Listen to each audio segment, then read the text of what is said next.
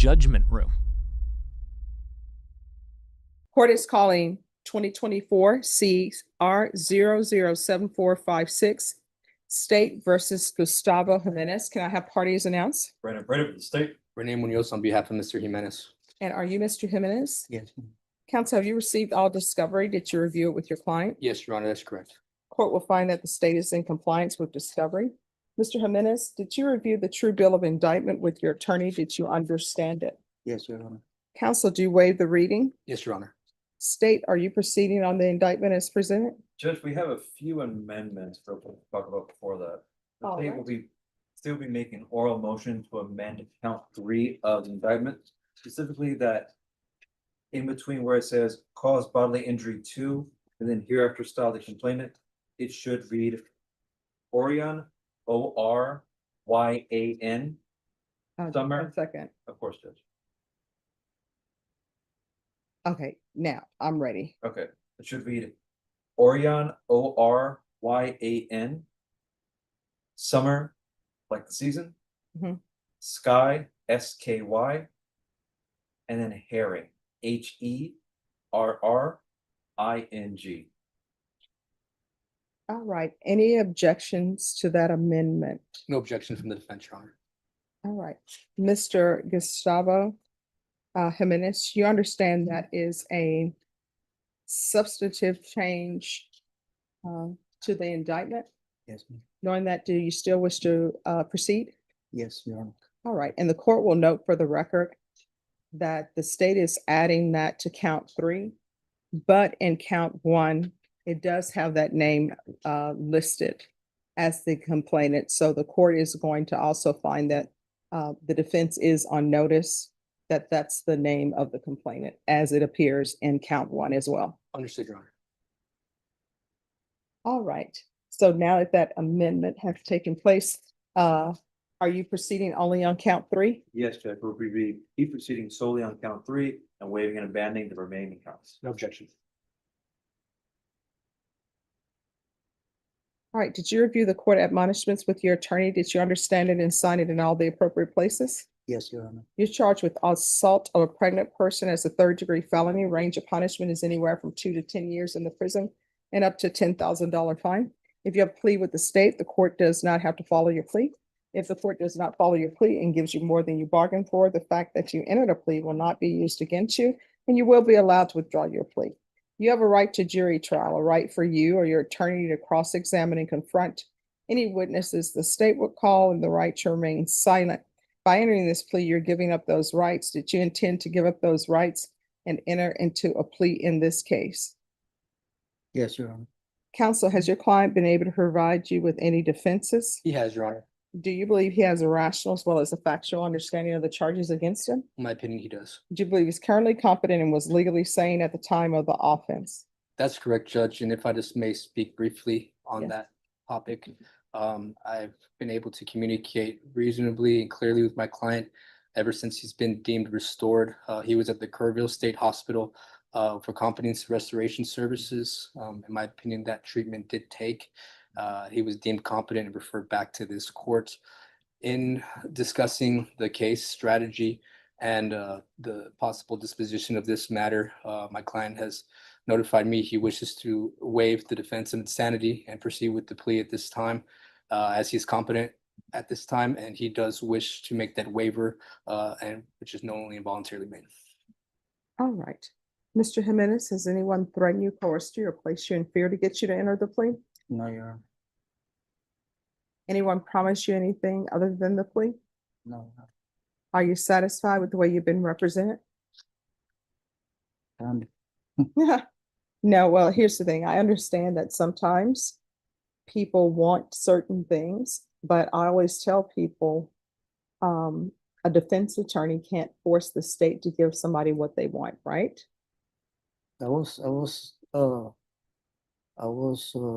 I could have got NGRI since my offense was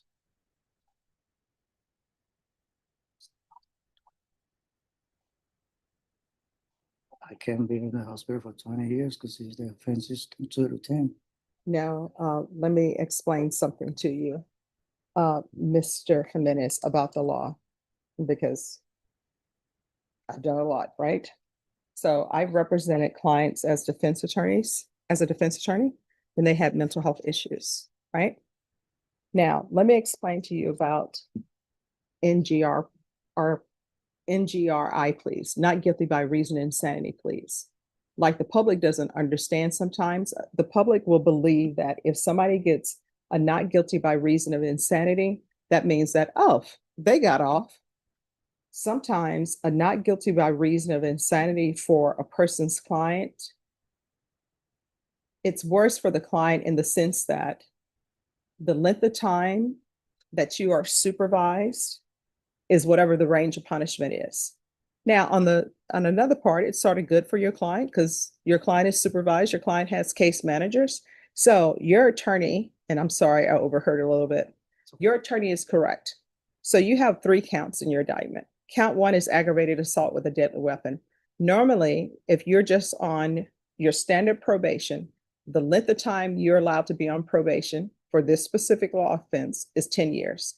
But with a not guilty by reason of insanity, that aggravated assault, you're supervised for 20 years, whatever the range of punishment is. So for example, if you're charged with murder and you do a not guilty plea by reason of insanity, your range of punishment to be supervised under that NGRI plea is life. So for you, count 1, you're looking at 20 years of supervision if you were found not guilty by reason of insanity. Count 2, you're looking at 20 years of supervision if it's not guilty by reason of insanity. Count 3, which is a 3rd-degree felony, you're looking at 10 years. Now, if you want to do a not guilty by reason of insanity plea, I don't know, you all will have to negotiate, but then the state may be saying, no, we're not just going on count 3. We're going on count 1, we're going on count 2, and we're going on count 3. So that's where we are. You understand? Yes, So are you satisfied with the way you've been represented? yes, Your Honor. All right. If you're not a US citizen by entering this plea, you will be deported, denied naturalization, and re-entry. Did you understand? Yes, Your Honor. All right. The court will find that defendant has knowingly and voluntarily waived his right to jury trial. Did you review the plea bargain page with your attorney? Did you understand it? Yes, Your Honor. All right. According to the plea, the state is waiving counts 1 and 2. They're only going on counts 3. They're asking that your punishment be assessed at 10 years in the prison. Did you understand that to be your plea? Yes, Your Honor. Defense and state, is that the plea? That is the plea, Judge. Yes, Your Honor. Did you review the waiver of appeal paragraph with your attorney? Did you understand it? And did you sign it in both places? Yes, Your Honor. By signing that, you're waiving your right to appeal. The only items that can be appealed are written pretrial motions that have been filed, heard, and ruled upon by the court. Did you understand? Yes, Your Honor. Counsel, are there any such motions? No, Judge. Then to count 3, how do you plead? Guilty, not guilty, or no contest? No contest. State any evidence. Judge, we offer to say exhibit number 1, including all attachments. Without objection. All right. Did you review the waiver and stipulations with your attorney? Did you understand it and sign it in all the appropriate places? Yes, Your Honor. Again, did you understand you have a right to jury trial, a right for you or your attorney to cross-examine and confront any witnesses the state would call in the right to remain silent? Did you understand that today the state will be presenting evidence in the form of witnesses' statements and police reports, but most importantly, there'll be no live testimony? Did you understand? Yes, Your Honor. Off the record for a moment. Is the door unlocked? It's unlocked, Judge. Okay, thank you. Yes. All right, we're back on the record.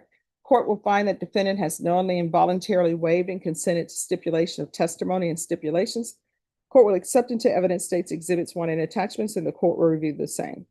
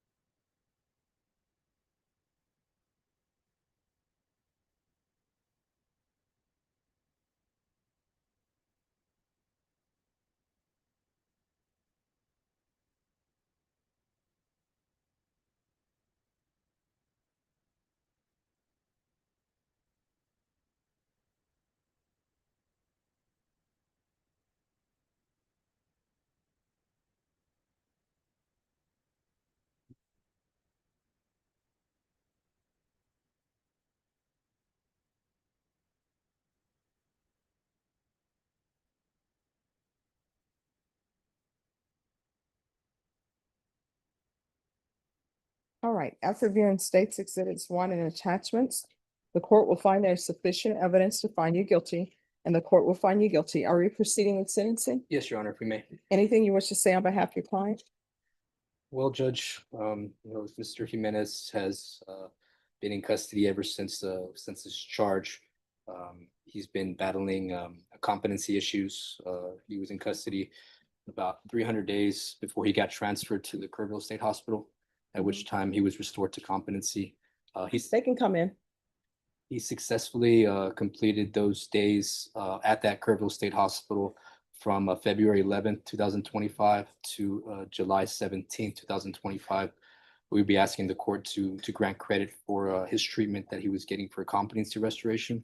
My clients did learn a lot, and he has come a long way once I first got the case to how he is now, understanding the court proceedings.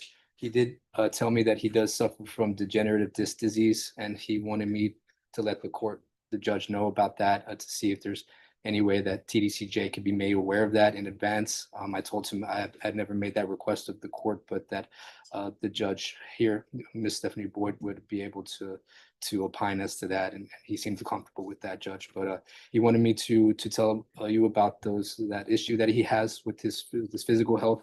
His mental health has come a long way, which I think, reading the offense report, the court is able to grasp a better sense of the things that he was dealing with.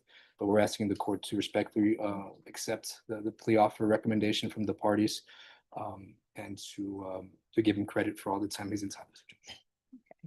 So after reading the police reports and everything, I understand that there were more issues that were going on with you, that this wasn't something you just did because it was, oh, let me just hurt somebody. So I understand.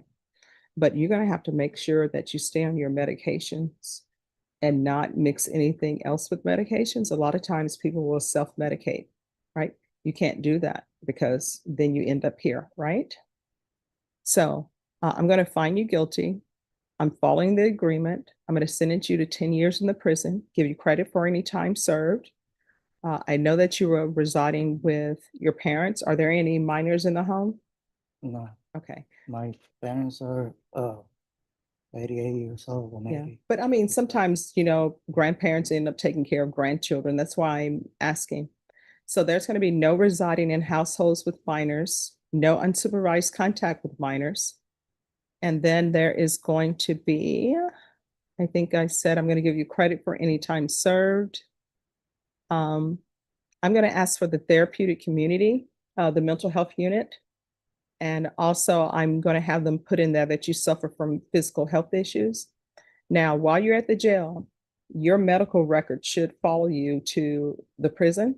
And they will also, at the prison, they will do a physical and everything for you. If that doesn't happen, just let us know. I'm sure, let your attorney know, let me know. But your medical records usually follow you to the prison. Okay.